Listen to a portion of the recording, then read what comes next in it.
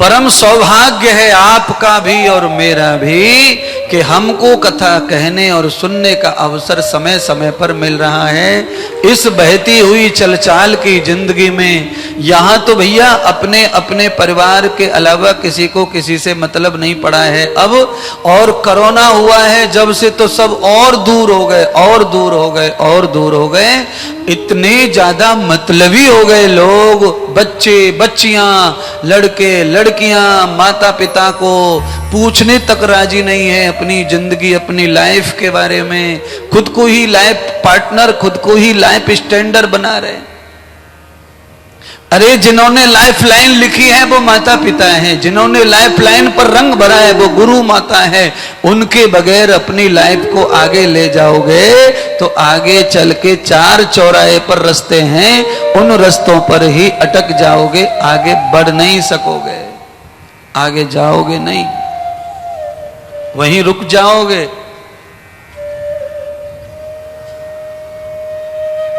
बड़ा होने के लिए क्या करना है? तो गणेश भगवान की कथा में राजा सोमकांत को महर्षि भृगु समझा रहे हैं कि बड़ा होने के लिए आदमी को क्या करना चाहिए जिससे वो भगवान के निकट रहे हमेशा। तो भगवान कहते हैं उन्हें सेवक बनना चाहिए, सेवा करनी चाहिए। और बड़ी सरल बात है, सेवक चाहे कितने भी गरीब घर का हो, पर बड़े बड़े धनपति के घर में मालिक बनकर रहता है। सेठानी कार निकालकर ड्राइवर लेकर चली गई बाजार में, घर में तो कोई है नहीं, ज्यादा सदस्य होते नहीं पैसे वालों के घर में। जिस नौकर के माता पिता के पास रहने को घर नहीं, गांव में कोई विश्वास नहीं, कोई चरित्र नहीं, पर उसने सेठानी और सेठ का विश्वास जीत लिया है सेवा से। इसीलिए उस गरीब के ऊपर भी पूरा का पूरा घर छोड़ के चले जाते हैं। मालिक है वो उस घर का है। आप में से भी कोई ऐसे होंगे जो अपनी नौकरानी को घर की चाबी दे दी और अपन चले गए शादी ब्याह में। बोलो, अच्छा बोलो, ऐसा कैसे हो गया? चाबी पड़ोसी को भी दी जा सकती है, चाबी मौसी को भी दी जा सकती है, पर मौसी पे विश्वास नहीं है, पड़ोसी पे नहीं है, नौकर पे है। नौकर पर विश्वास इसलिए नहीं है कि वो नौकर है, विश्वास इसीलिए है कि वो हर समय तुम्हारी सेवा में, तुम्हारी आज्ञा में खड़ा रहा है, इसीलिए उसने तुम्हारा विश्वास जीत लिया है। तो जो निरंतर सेवा में रहते हैं वो विश्वास पात्र हो जाते हैं, चाहे वो गद्दारी क्यों ना हो फिर, पर सेवा में रहने से उन पर इतना विश्वास हो जाता है कि उनके लिए सब ओपन कर दिया जाता है। कुछ भी तुम्हारे साथ गद्दारी करे, पर वो बड़े होते हैं, उनकी पहचान ज्यादा होती है समाज में, और वो गलत या अच्छा दोनों प्रकार का काम चाहे तो कर सकते हैं। पर अगर गद्दारी करता है तो उसकी जिंदगी में जो रफ्तार है उन्नति की वो एक साथ रुक जाती है, और वफादार रह करके वो सेवा करता रहता है तो उसकी रफ्तार और स्पीड पकड़ लेती है और महान हो जाता है और बड़ा हो जाता है। तो शिव जी के अनेक गणों में कुछ गण विशेष हैं, जैसे नंदी, वो तो शिव जी का रूप है। नंदी, मणिभद्र, वीरभद्र, ये सब शिव के ही रूप है महाराज। और ये विशालाक्ष, ये शिव जी का रूप है। सेम टू सेम शिव दिख रहा है, इसीलिए शनि महाराज ने उनको प्रणाम किया।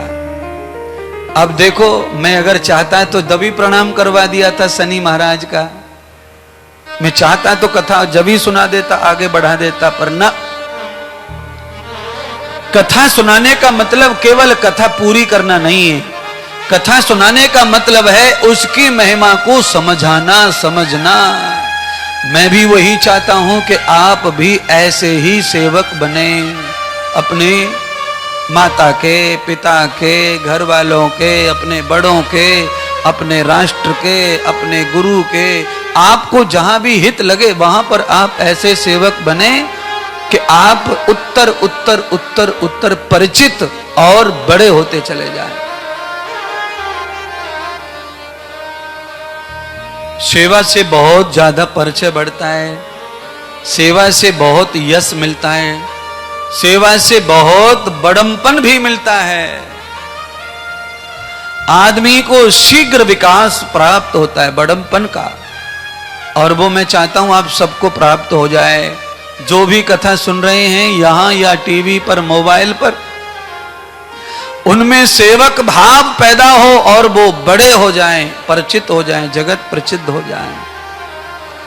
आज भगवान के शिव गण चंद्र देवता ने तो पहले समझा ही नहीं कि वो शिव जी हैं कि कोई और है। उन्होंने तो शिव समझ कर ही उन्हें प्रणाम किया।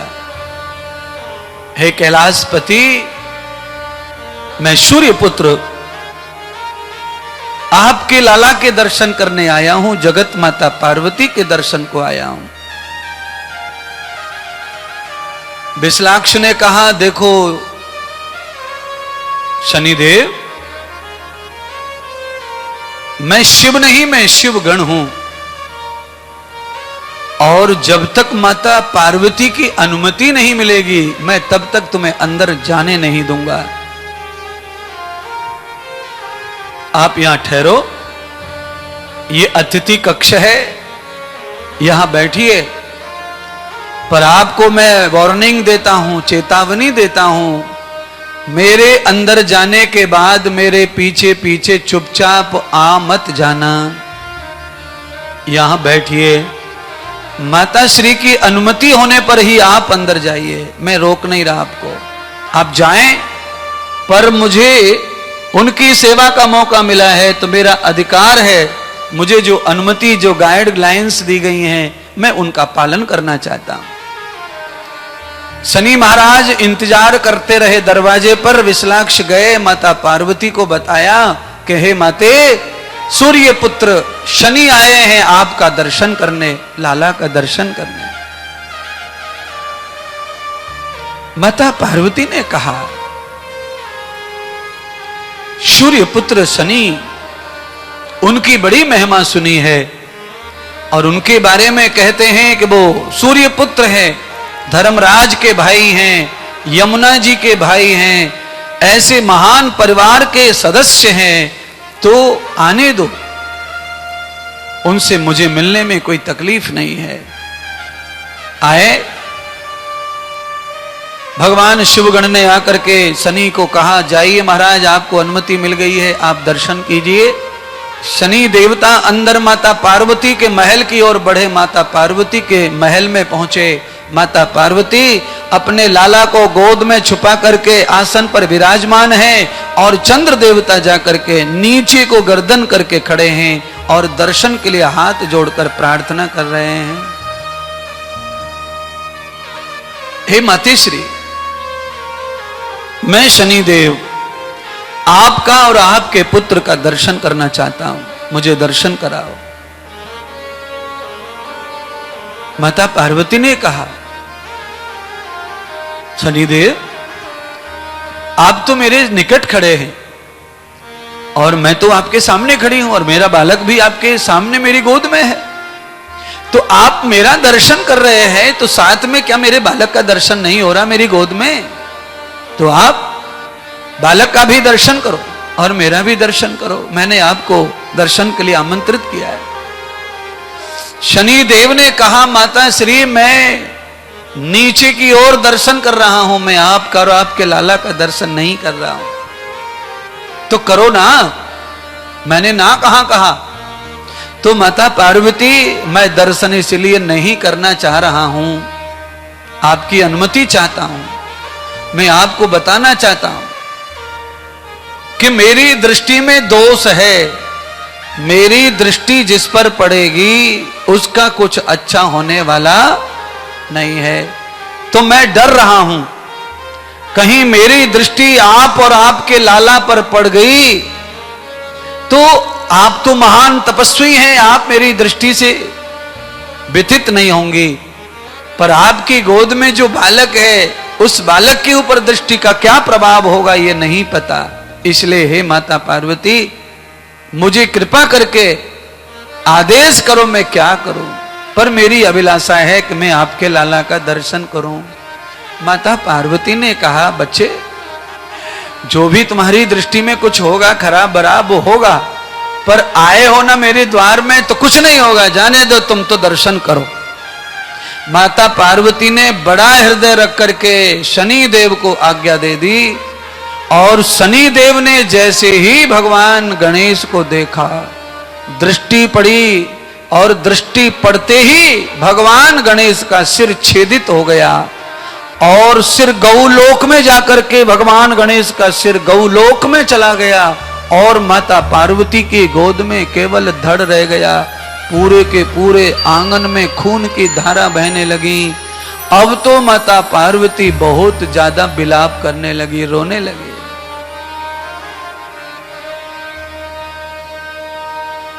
माता पार्वती ने शनि देव को कहा, मैंने तो अच्छा समझकर तुम्हें अपना मानकर दर्शन कराया, पर तुमने मेरे बालक को मार डाला। शनि देव कहते ही, माता श्री मैं तो पहले ही आपको बताया था, मेरी नेत्र में दोष है, पर मेरी अभिलाषा दर्शन की है, मैं दर्शन चाहता हूं। आपने जो उचित समझा वो आज्ञा की, उसका परिणाम चाहे गलत हुआ, पर मेरा दोष कुछ नहीं है माता श्री। सारे देवता एकत्रित हो गए। माता पार्वती कुंठित हो गई, क्रोधित हो गई। माता पार्वती ने भी शनि देव को श्राप दे दिया।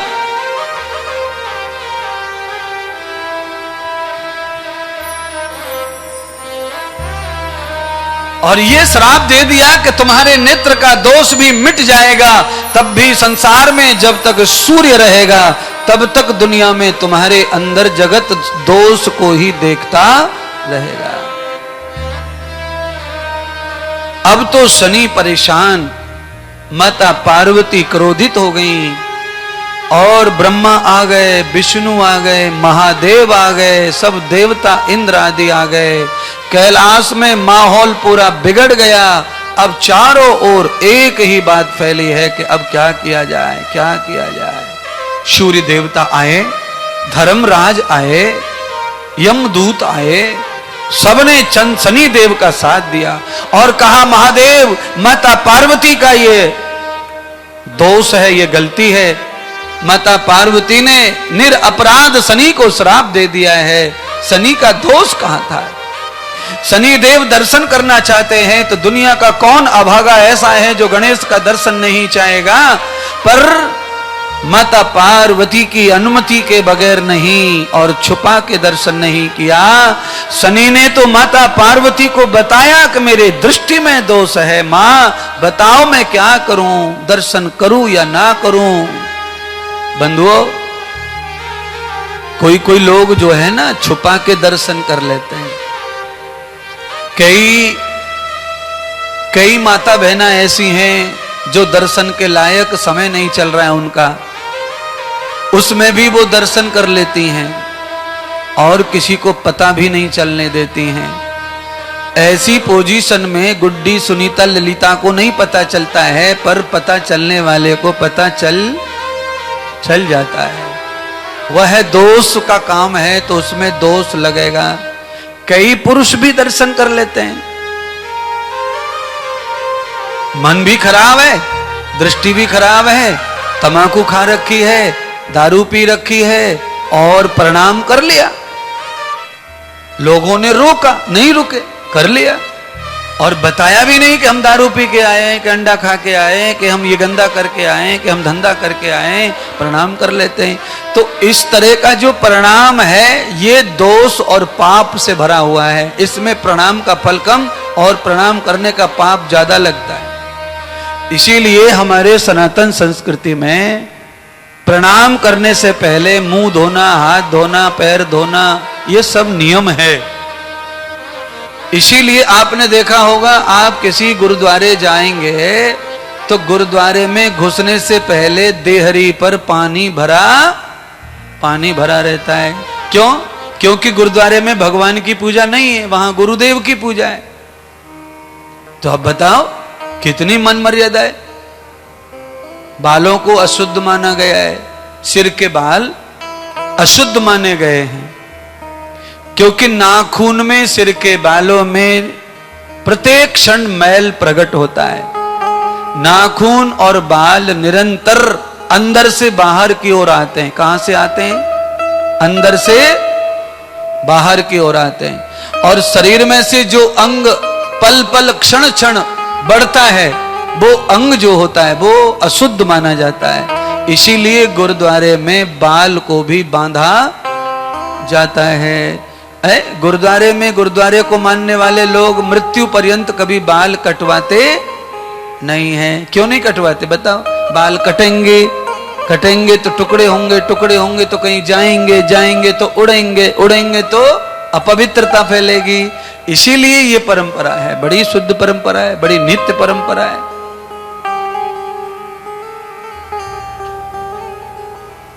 मैं तो ये कहता हूं कि ये परंपरा पूरे सनातन में हो,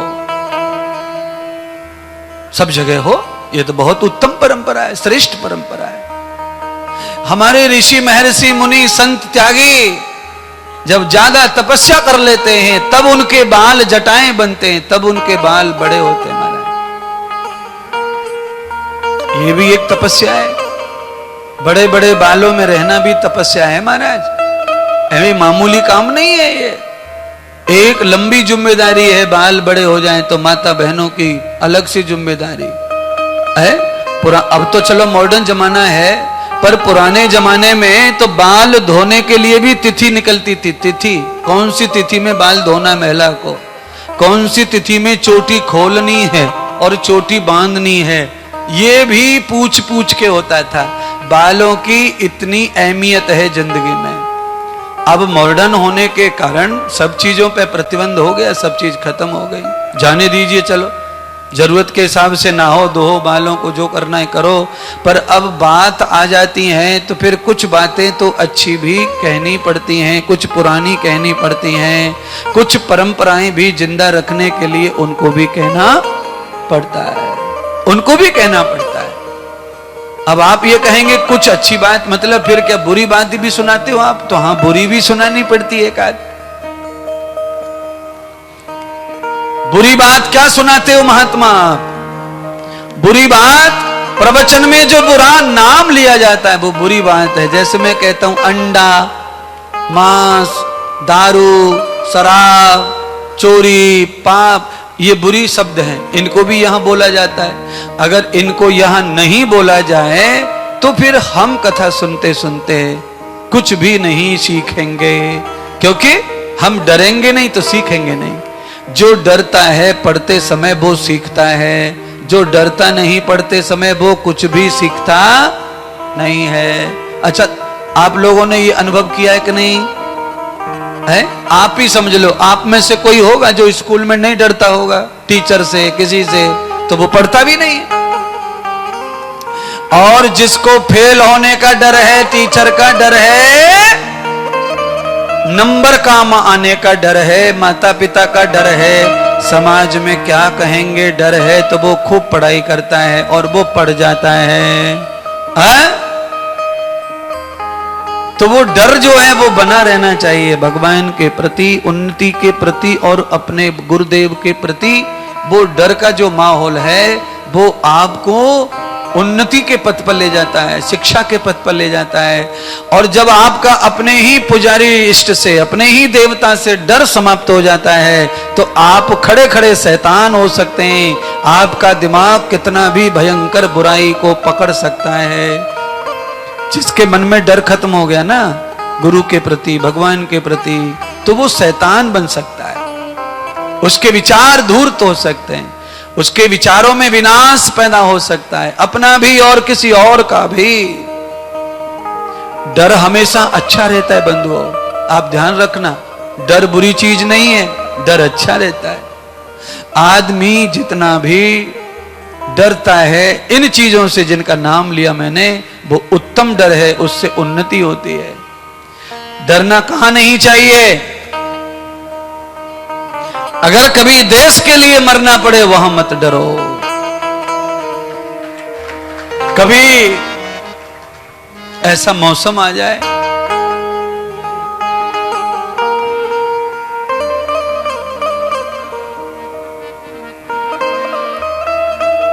वहां डर नहीं चाहिए। क्यों? जिसमें आत्म शक्ति होती है वो रण से पीछे पैर नहीं हटाते। और बहुत बड़े बड़े महात्मा सन्यासी महाशय ऐसे बहुत गीत गा के गए हैं जिनमें बल है, जिनमें शक्ति है, जिनमें ऊर्जा है, जिनमें पावर है। जिस नर में आत्म शक्ति है, अरे वो पाप कमाना क्या जाने। अरे जिस दिल में और जिस दिल में ईश्वर भक्ति है, और वो पाप कमाना क्या जाने। जिस नर में आत्म शक्ति है वो पाप कमाना क्या जाने। जिस नर में आत्म शक्ति है वो पाप कमाना क्या जाने। जिस नर में आत्म शक्ति है वो पाप कमाना क्या जाने। वो पाप कमाना क्या जाने, वो पाप कमाना क्या जाने। वो पाप कमाना क्या जाने, वो पाप कमाना क्या जाने। जिस नर में आत्म शक्ति है वो पाप कमाना क्या जाने। जिस नर में आत्म शक्ति है वो पाप कमाना क्या जाने।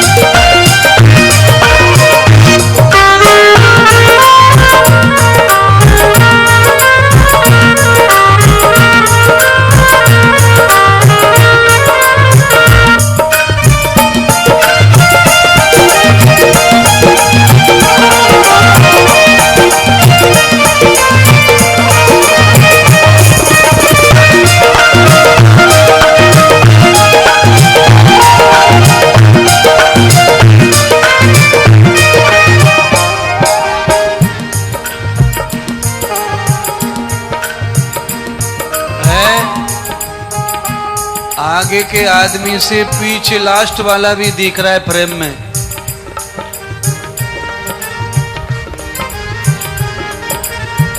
तीन लाख लोग होना क्या कथा में। हरे रामा रामा रामा हरे रामा रामा रामा हरे रामा रामा रामा हरे रामा रामा रामा। हरे कृष्णा कृष्णा कृष्णा हरे कृष्णा कृष्णा कृष्णा हरे कृष्णा कृष्णा कृष्णा हरे कृष्णा कृष्णा कृष्णा। नर में ईश्वर भक्ति है वो पाप कमाना क्या जाने। जिस नर में ईश्वर भक्ति है वो पाप कमाना क्या जाने।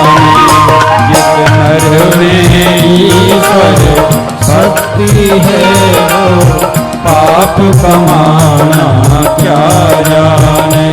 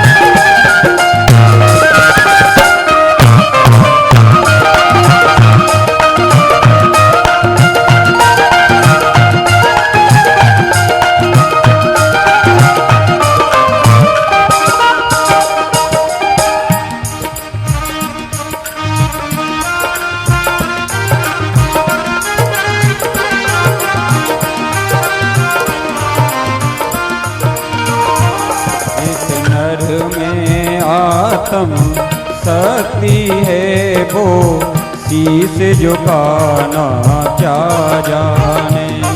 जिस नर में आत्म शक्ति है वो, झुकाना क्या जाने।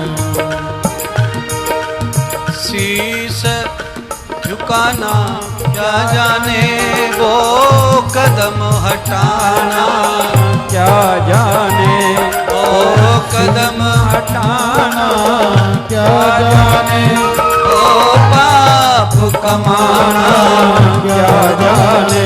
जिस दिल में ईश्वर भक्ति है वो, पाप कमाना क्या जाने। जिस नर में ईश्वर भक्ति है वो, पाप कमाना क्या जाने।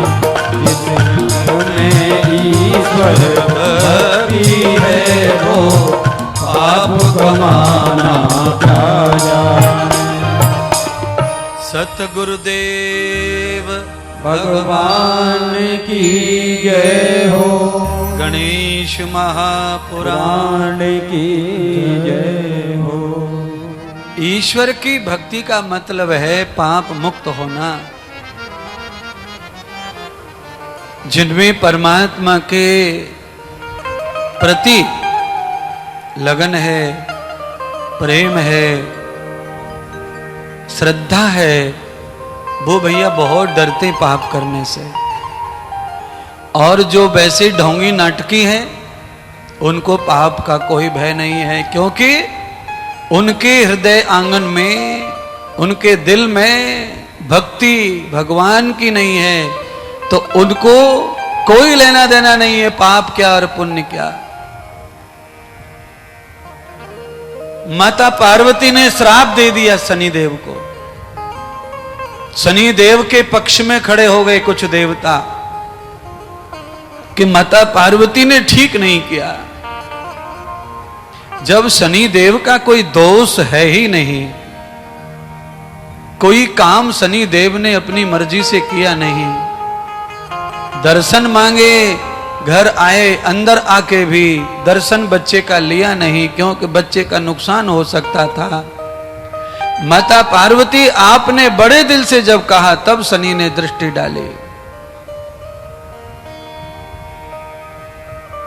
शनिदेव को यह पूछा गया कि हे शनिदेव, तुम्हारी दृष्टि में यह दोष कैसे पैदा हुआ? आपने सब कथा सुनी होंगी, पर यह कथा नहीं सुनी होगी। आपने ये भी कथा सुन ली होगी कभी कि शनि के प्रकोप से गणेश का ऐसा हो गया था, यह भी ठीक है। पर शनि की दृष्टि में ये जो दोष पैदा हुआ, ये दोष कहां से आया? तो भगवान भृगु ऋषि कहते हैं राजा सोमकांत को कि ब्रह्मा जी ने स्वयं ये कथा व्यास जी को श्रवण कराई। हे राजा सोमकांत, एक बार शनि देव की पत्नी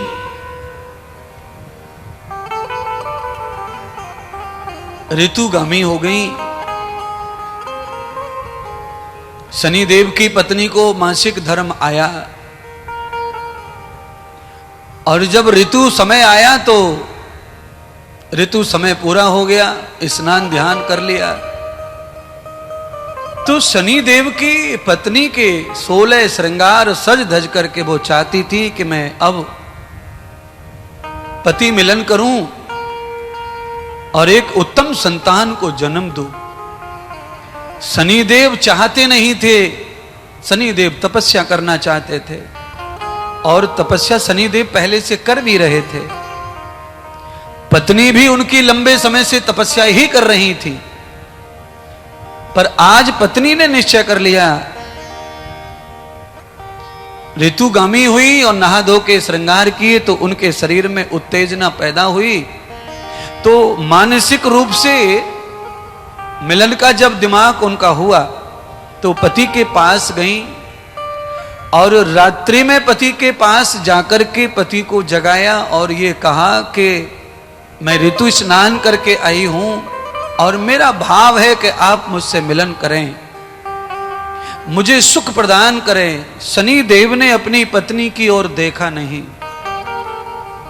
क्योंकि शनि देव का इस समय कोई भाव नहीं था। शनिदेव चाहते नहीं थे पत्नी मिलन, तो उन्होंने न तो पत्नी की सुंदरता को देखा, न उनके श्रृंगार को देखा, न पत्नी को देखा।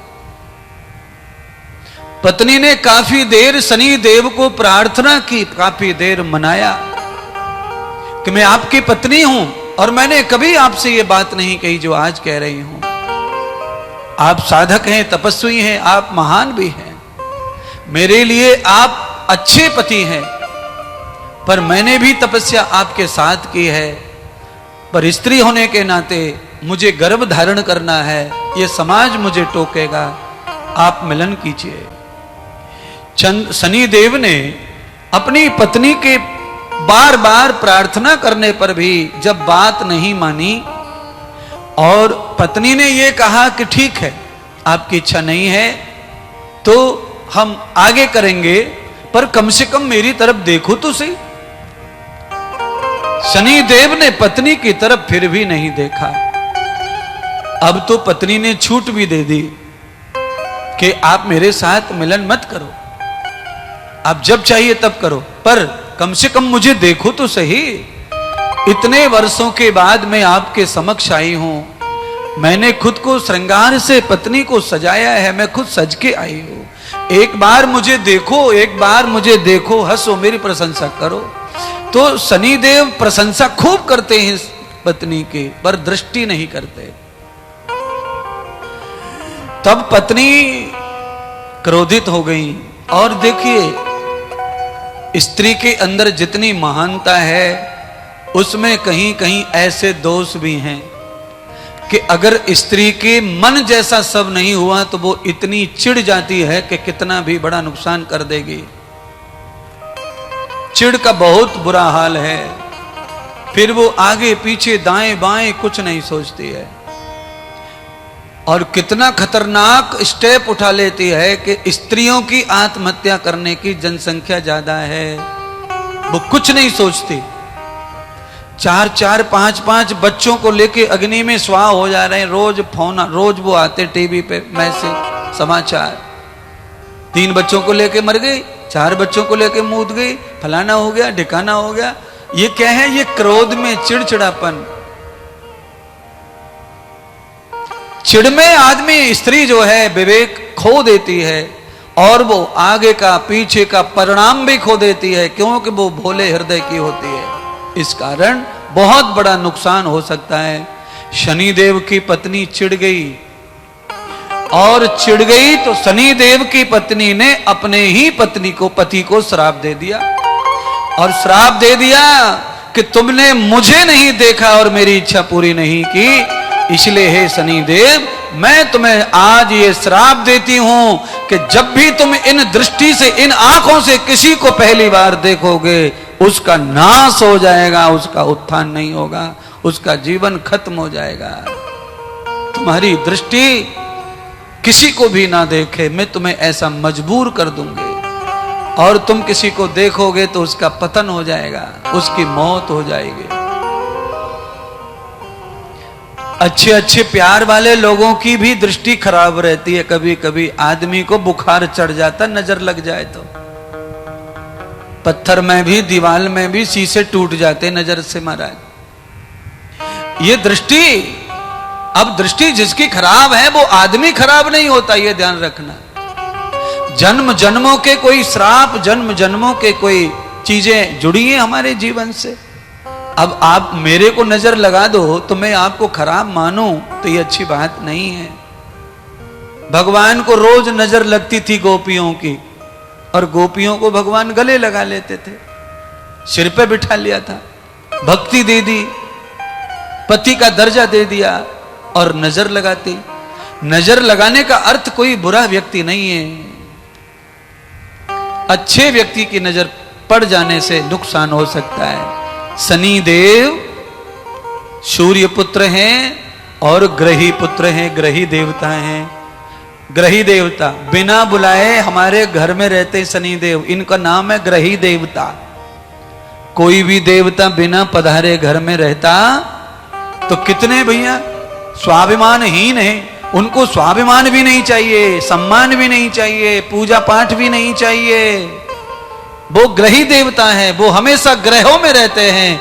और शनि ऐसे देव हैं जो सब ग्रहों को शक्ति प्रदान करते हैं। सूर्य के पुत्र शनि देव सारे ग्रह नक्षत्र हैं ना, उनको शक्ति प्रदान करते हैं। इसीलिए आज आपको यह भी पता चल गया कि शनि की दृष्टि में दोष कैसे पैदा हुआ।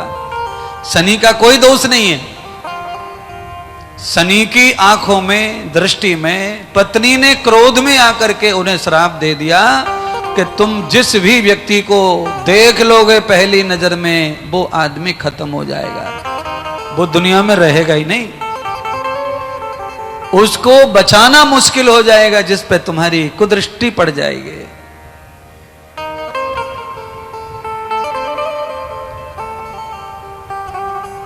शनि देव ने अपना इतिहास पहली बार बताया, क्योंकि आज स्थिति ऐसी हो गई कि माता पार्वती पूरे ब्रह्मांड को जलाने मारने को तैयार हो गई है। तो सबने मिलके शनि से पूछा कि भाई तुमने ऐसा क्यों किया, क्यों देखा, क्यों देखा? तो कहा मैंने नहीं देखा, माता पार्वती ने दिखाया तो मैंने देखा, पर मैंने बुरी भावना से नहीं देखा, मैं तो भगवान मान के दर्शन चाहता था, पर मेरी पत्नी के श्राप के कारण मेरी दृष्टि में ये दोष है और ये दोष सफल हो जाएगा, ये मुझे भी विश्वास नहीं था। आज पहली बार ही मैंने किसी को देखा है पत्नी के श्राप के बाद, तो आज पहली बार पता चला कि पत्नी का श्राप सफल हो गया है। वैसे आप ध्यान कर लेना बंधुओं, पत्नी चाहे जो भी मुंह से बोलती है वो आज नहीं कल पूरा होता है, ये ध्यान रखना। इसीलिए पत्नी के मुंह से कुछ गलत पति को ना सुनाया जाए, पहला तो ये कंट्रोल हो, और दूसरा ये कर्म हो कि पति ऐसा कुछ ना करे कि पत्नी को कुछ खराब बोलना पड़ जाए। पत्नी के मुंह से निकला वाक्य कभी न कभी पूरा अवश्य होता है। फिर पछताए होत कहा जब चिड़िया चुगेगी, फिर कोई फायदा नहीं होगा। अब शनि की पत्नी के ऊपर अब शनिदेव क्या करें, उनका तो जो था हो गया, रिजल्ट भी खराब हो गए। अब तो भगवान हरि, भगवान नारायण जो थे वहां उपस्थित थे। भगवान शिवजी ने माता पार्वती को कहा देवी थोड़ी शांति रखो। अब तो माता पार्वती शांति का नाम नहीं लेती महाराज। शनिदेव कौन थे? तो भगवान श्री हरि के, भगवान श्री कृष्ण के भक्त थे शनिदेव। आप सबको मैं बताना चाहता हूं आज, शनि की दृष्टि, शनि का कोई प्रकोप अगर दुनिया में है, मैं तो मानता नहीं हूं, पर है और आप मानते हैं, तो आज गणेश पुराण की कथा में प्रमाण के साथ मैं आपको कथा सुना रहा हूं। अगर जो भक्त कृष्ण की भक्ति करता है उस पे शनि का प्रकोप काम नहीं करता है। कृष्ण की भक्ति करने वाले पर शनि की दृष्टि का प्रकोप नहीं होता है, क्योंकि शनि देव कृष्ण भक्त हैं। तो आज भगवान हरि वहां मौजूद थे, भगवान नारायण। भगवान नारायण ने कहा कि अब कुछ भी हो पार्वती के बालक को जिंदा करना पड़ेगा, नहीं तो ये प्रकोप नहीं रुकेगा। जिंदा करो। कैसे जिंदा करें, क्या करें? तो कहा तदम नक्षरौर प्रवतोर गजमुखम यधना संन्यासौ तम भूत भावम। भगवान श्री हरि गरुड़ पर सवार होकर के चल पड़े। कृतमूल दयान दिशानाम। कौन सी दिशा में गए? दक्षिण दिशा में चले गए भगवान श्री हरि। और हरि ने देखा कि एक सुहागन हथनी का पति ऐसे अकेले खड़ा था, तो हरि ने सोचा कि यहां उसकी पत्नी नहीं है, काम हो जाएगा। तो एक पतिव्रता हथनी का जो पति अकेला देखा तो हरि ने चक्र चलाकर उसके गज की गर्दन को काट लिया। और जैसे ही गर्दन काटी, पतिव्रता नारी को पता चल गया, दौड़ के आ गई। भगवान नारायण ने गज की गर्दन को, हाथी की गर्दन को गरुड़ की पीठ पे लाद दिया और खुद बैठ गए, उड़ने लगे। तो हथनी ने गरुड़ के पंख पकड़ लिए। तो परनार पंखौ बधितो नवाधम, न मूल व्याप्तौ न शंखौ प्रवर्धते। अब तो वो बड़ी मुश्किल में पड़ गए महाराज। हथनी गरुड़ को उड़ने नहीं दे रही है, पंख पकड़ लिए उसके, और पंख पकड़ कर कह रही है, हरि है नारायण, मेरे पति को तुमने मारा है, तुम्हें अधिकार नहीं मेरे पति को मारने का। क्यों मारा? मेरे पति की गर्दन क्यों उड़ाई तुमने? क्यों काटा मेरे पति को? कारण बताओ। तुम भगवान होंगे, दुनिया को बचाने मारने वाले तुम ही होंगे, पर मैं पत्नी व्रता हूं, मैं तुम्हें श्राप दे दूंगी। ओह महाराज, इसका मतलब है कि भगवान को भी श्राप दिया जा सकता है, पर श्राप भगवान का किसको लगेगा? जिसने जिंदगी में कभी झूठ कर्म ना किया हो, उसका श्राप भगवान को भी लग जाएगा। हथनी ने वही डर दिखाया भगवान को। आप मुझे ऐसे जानवर मत समझिए, पशु। मेरे लिए मेरा पति सब कुछ है, इसीलिए हे परमात्मा, मैं आदर पूर्वक जानना चाहती हूं कि मेरे पति को आपने क्यों मारा। अगर मेरे पति को आपने मारा है तो क्या मारने का अधिकार आपको है? आप जिंदा कर दो तो मैं समझूंगी कि हां आपको अधिकार है। मारने का अधिकार अगर आपको है तो जिंदा करने का भी अधिकार आपको है, और आप अगर जिंदा कर सकते हैं तो मार भी सकते हैं, तो मैं कुछ नहीं कहूंगी। और फिर यह सटीक और सत्य कारण बताओ। देखिए, संवाद, हथनी जो है संवाद कर रही है भगवान नारायण से कि आपने मेरे पति की गर्दन काट दी, कोई बात नहीं है, मैं सह लूंगी सब चीज, पर उचित कारण बताओ क्यों काटी है। तो भगवान हरि गरुड़ से उतर आए और हथनी के साथ वार्ता करने लगे। हे गजाननी, हे गज सखी, पहले तो मुझे माफ करो, मैंने जो किया है वो उचित नहीं है।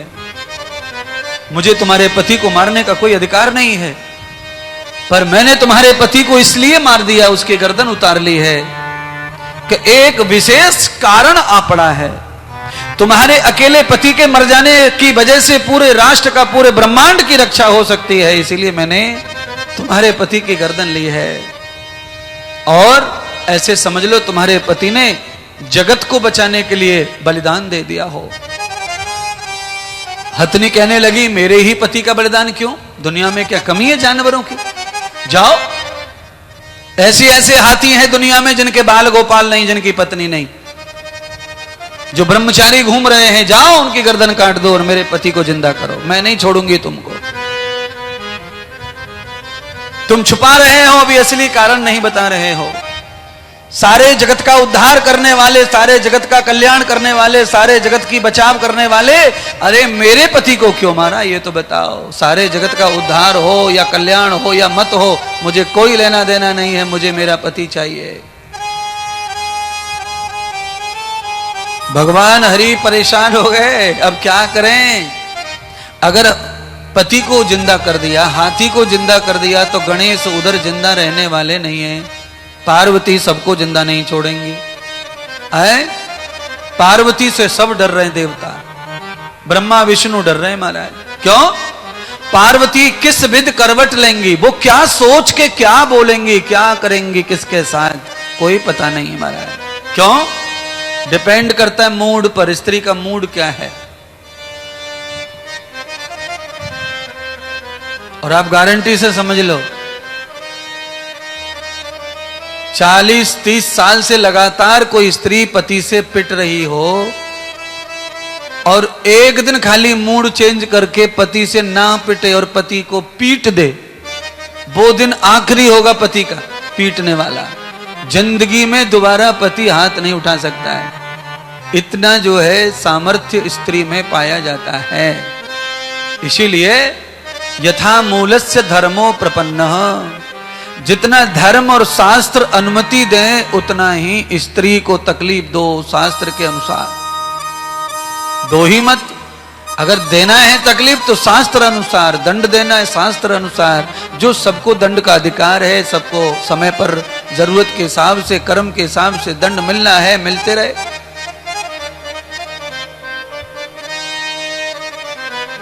कितना भी बड़ा अपराध करने पर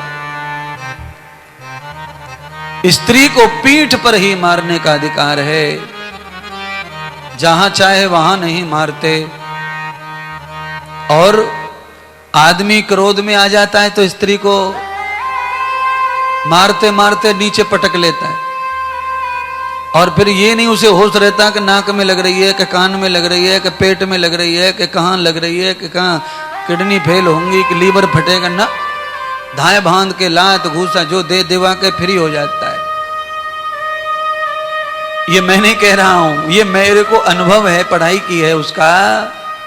ये मैंने राम कथा में लंका कांड में पढ़ा है। हनुमान जी ने लंका में प्रवेश होते ही या लंका जाते समय औरतों से ही हनुमान जी भिड़े। क्योंकि किसी भी ब्रह्मचारी, किसी भी सन्यासी, बलवान व्यक्ति को षड्यंत्र के तहत अगर थकाना है तो किसी स्त्री का ही सहारा लेना पड़ता है। और वो उल्टे सीधे आरोप लगाए, उल्टी सीधी बात करे तो कोई सन्यासी, कोई बलवान व्यक्ति थक जाता है, परेशान हो जाता है, कमजोर पड़ जाए। इसीलिए रावण ने वही षड्यंत्र हनुमान जी के लिए रचा था। बीच समुद्र में हनुमान जी को रोकने के लिए बीच समुद्र में सहीसा नाम की राक्षसी लंका के दरवाजे पे लंकनी, ऐसी बलवान। बलवान का मतलब यह है, बलवान का अर्थ यह होता है जिनको शर्म और लिहाज नहीं है, वो मैदान में उतर पड़ती हैं किसी के चरित्र को हनन करने के लिए, किसी पुरुष का नुकसान करने के लिए। जिनको खुद के ऊपर कोई लिहाज नहीं रहता, शर्म नहीं रहती है कि हमारी लिहाज, हमारा शर्म क्या है।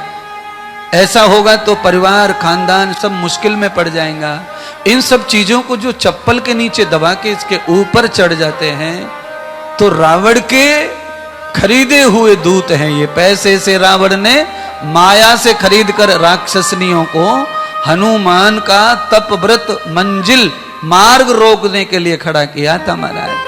तो समाज में, जगत में ये षड्यंत्र चलते रहते हैं। लोगों के साथ में ऐसा बुरा भला होता रहता है और करने वाले भी लोग खड़े हैं, क्योंकि माया में बड़ी शक्ति है। माया ये सब करवा देती है महाराज। पर हनुमान जी का प्रारब्ध भी अच्छा था, कर्म भी अच्छा था। सभी मायावी महिलाओं से टकराए और सबको धराशायी करते हुए आगे बढ़ गए। क्यों? ऐसी महिला का एक ही उपाय है, उसे समझाओ, समझ ना माने तो फिर उसे केवल और केवल एक ही भाषा का ज्ञान है जो हनुमान जी ने उनको सिखाया है, उससे वो मान जाते हैं। दंड दिया हनुमान जी ने, पर कहां दिया? पीठ पर, गलत स्थान पर हनुमान जी ने प्रहार नहीं किया। और ये उनके लिए है जो दुर्जन हो जाए, जो दुष्टा बन जाए। तो ये शास्त्रीय प्रमाण है। वैसे मां का स्थान सबसे ऊंचा है, महिला का स्थान ऊंचा है, सम्मान ऊंचा है। जितना चाहे सम्मान दो, कम ही कम है। क्यों? क्योंकि ये तो गिना चुना संसार में इतिहास है इस तरह की महिलाओं का। लंका में इतनी महिलाएं थी लाखों, उनमें से गिनी चुनी महिलाएं ऐसी थीं। क्योंकि उसी लंका में ऐसी महिलाएं भी थीं जो सीता को अपने हाथों से भोजन भी करवाती थी।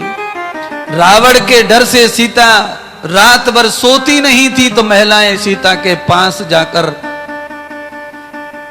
उनके डर को कम करती थी और उनके साथ में रात में रुकती थी, सीता को सुलाती थी। आप चिंता न करो सीते, हम बैठे हैं, आप सो जाओ। ऐसी महिलाएं भी उसी लंका में थी।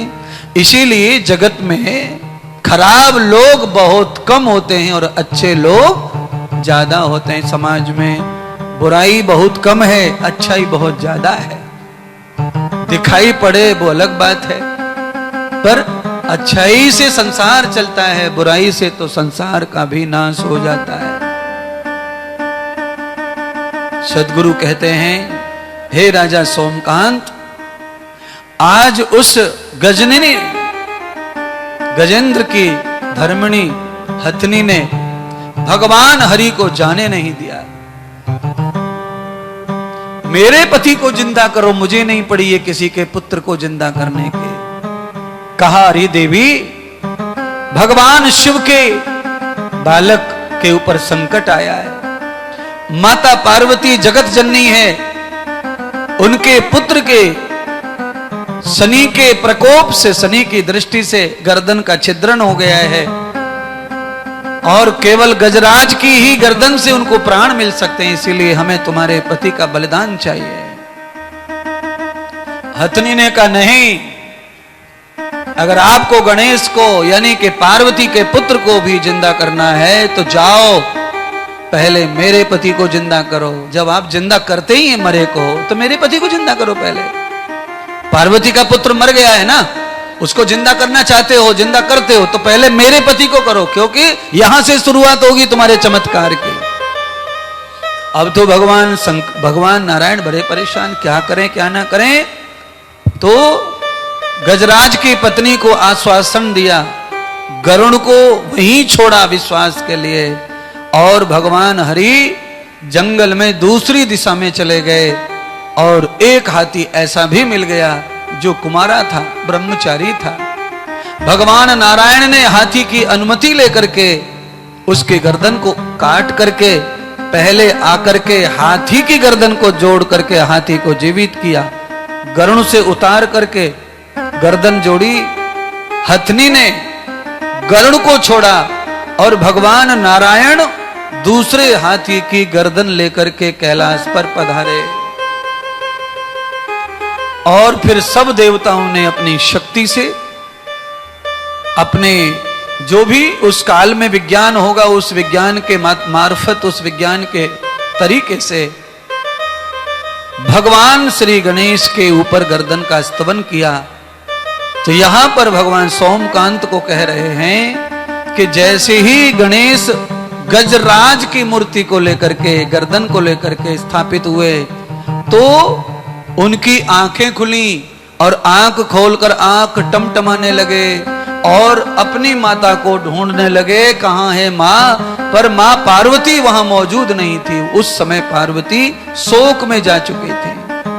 जैसे ही आंखें खुली, जागृत हुए, प्राण वापिस आए, देवताओं में खुशी की लहर दौड़ी और जय जयकार हुआ। तो पार्वती को भी पता चला, पार्वती आई और आकर देखा कि पुत्र का रूप बदल गया है, पुत्र इस तरह का हो गया है। तुम्हारा माता पार्वती क्रोध से तो मुक्त हो गई, पर उनके चेहरे पर आनंद नहीं है। क्रोध समाप्त हो गया, क्रोध मुक्ति मिल गई, क्योंकि पुत्र जीवित हो गया। और मर जाने के बाद में जीवित होने के लिए रोते रोते माताएं क्या क्या बोलती हैं वो तो सब माएं जानती हैं। रोने का अनुभव सबको है, चाहे सबका पुत्र नहीं मरा है, पर पुत्र मर जाने के बाद में कैसे रोना पड़ता है ये हर औरत जानती है। बिना ट्रेनिंग की ट्रेनिंग रहती है औरत को रोने की। आप किसी भी लाश पे रुब्बा लो, बिल्कुल फुल वही एक्टिंग के साथ रोएगी। भाई के लिए वहां अलग, बेटे के लिए अलग, सब जगह अलग अलग शब्द, अलग अलग दुख, अलग अलग सच्चाई। और केवल औरत में ही लक्षण है सच्चा रोने का, पुरुष सच्चा रो नहीं सकता ऐसी जगह पे। औरत ऐसी जगह पर पराये के यहां भी रोने के लिए जाती है तो सचमुच का ही रोती है। मामा के यहां गए मानो रोने के लिए, बैठने गए, कोई मर गया तो वहां जाके सचमुच का ही औरत रोती है, नकली नहीं रोती। औरत के पास में करुणा का भंडार है, इसीलिए उसे रोने के लिए झूठा नाटक करने की जरूरत नहीं पड़ती है। वो हर जगह सच्चा ही रोती है। पुरुष को रोना नहीं आता ज्यादा, पुरुष रोने के लिए मशहूर नहीं है, माताएं रोने के लिए मशहूर हैं। और कैसी मशहूर है? तो हमारे गुरुजी मजाक मजाक में पढ़ाते पढ़ाते कहते थे, भाई इंद्रदेव तुम्हारा कंठ बहुत बढ़िया है, ऐसा कंठ जो है महिलाओं को मिलते, महिलाओं के स्वर अच्छे होते, तुम्हारा बढ़िया स्वर है। और तुम बिना संगीत के भी, बिना सीखे भी तुम इतना बढ़िया गाते हो, भजन बढ़िया बोलते हो, श्लोक मंत्र बढ़िया बोलते हो। तो रूप रंग भी अच्छा ही था अपना, तो अच्छी तरह से प्यार मिलता रहा। तो गुरुदेव हंसी हंसी में कहते थे कि महिलाएं जैसे अच्छा गाती हैं, वैसे महिलाएं अच्छी तरह से रोती भी हैं। स्वर में गाती हैं, स्वर में रोती हैं, स्वर में गा लेती हैं, स्वर में रो लेती हैं। आज मैं देख रहा था, सुबह 4 बजे लाइट जब गई सुबह, तब कोई महिला गीत गा रही थी यहाँ। तो उस महिला ने लगातार 3-4 गीत गाए। कुछ देर तो महिलाओं ने साथ दिया और बाद में साथ नहीं दिया, तो अकेली गा रही थी वो महिला। कोई आवाज मुझे लग रही थी 80-60 साल की। तो बहुत बढ़िया स्वर में गा रहे थे वो, हर भजन को स्वर में ही गा रहे थे, जैसा गाना चाहिए वैसा ही गा रहे थे।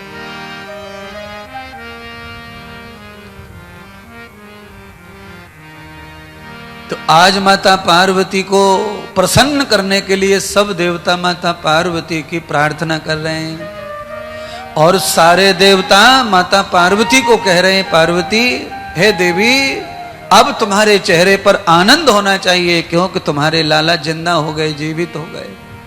पार्वती ने कहा जीवित हो गए तो क्या करूं, रूप रंग तो खत्म हो गया, काया तो बदल गई। अरे मेरे बालक को लोग जानवर कहेंगे, जानवर।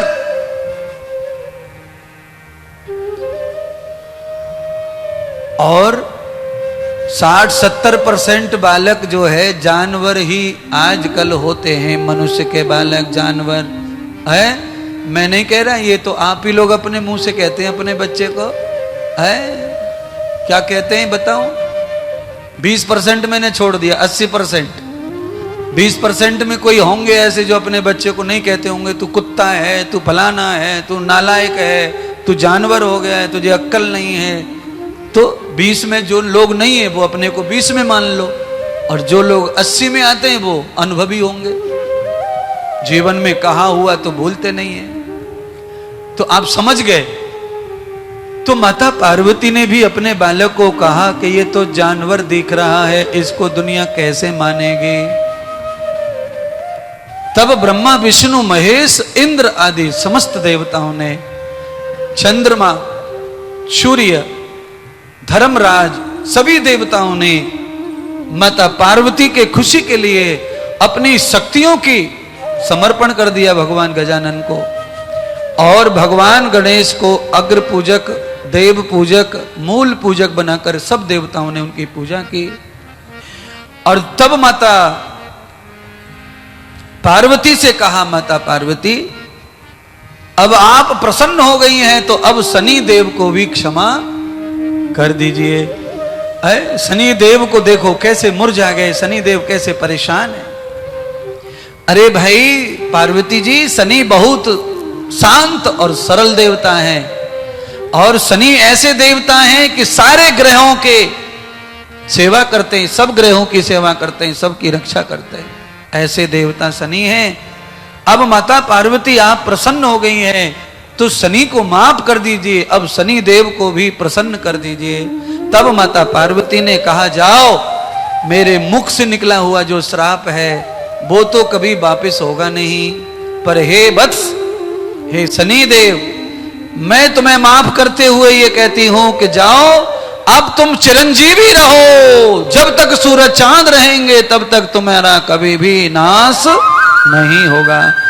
जो चिरंजीवी है उनमें एक चिरंजीवी शनि देव माता पार्वती के आशीर्वाद से जैसे हनुमान जी चिरंजीवी हैं, ऐसे ही शनि देव को माता पार्वती ने सदा चिरंजीवी रहने का वरदान दिया।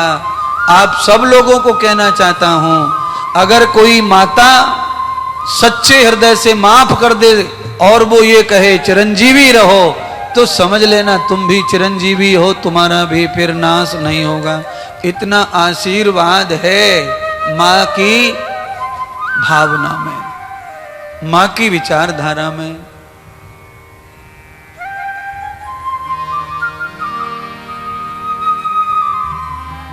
आज गणपति भगवान के सब देवता प्रसन्न हो गए, शनि देव को भी प्रसन्नता प्राप्त हो गई और माता पार्वती प्रसन्न हो गई। अब सारे देवता गणपति भगवान की स्तुति गा रहे हैं।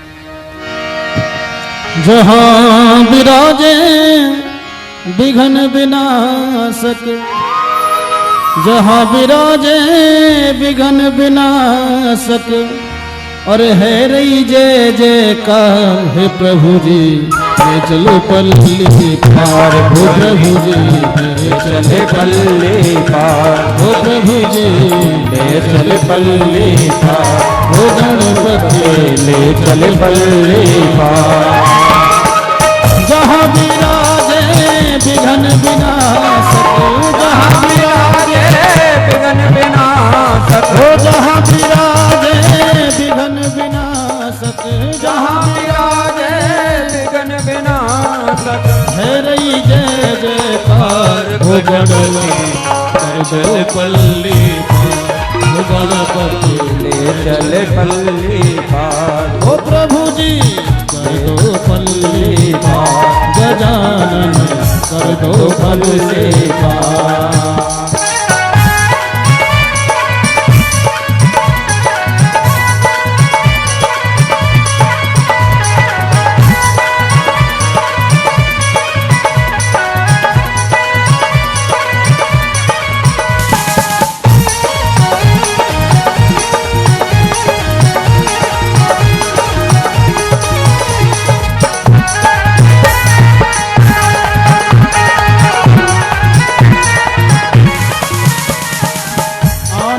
घन जहाँ बरस रहा है, आनंद घन जहाँ बरस रहा है, हो आनंद घन जहाँ बरस रहा है, आनंद घन जहाँ बरस रहा है, हाँ पत्ता पत्ता हरस रहा है, पत्ता पत्ता हरस रहा है, हो पत्ता पत्ता हरस रहा है, पत्ता पत्ता हरस रहा है।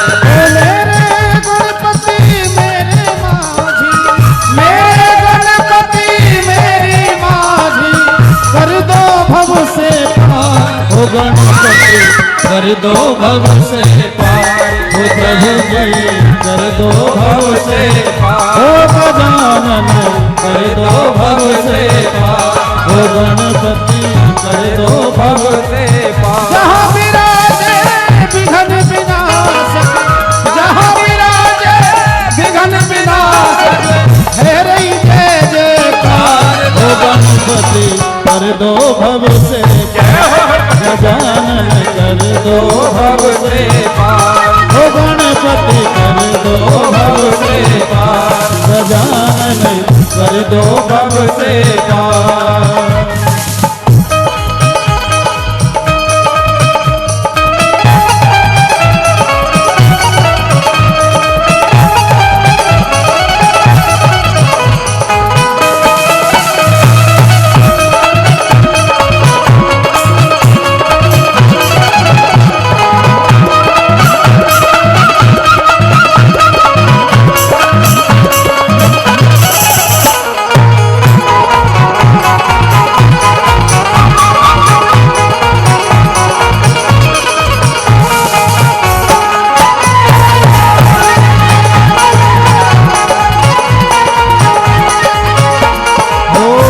जीवन की आस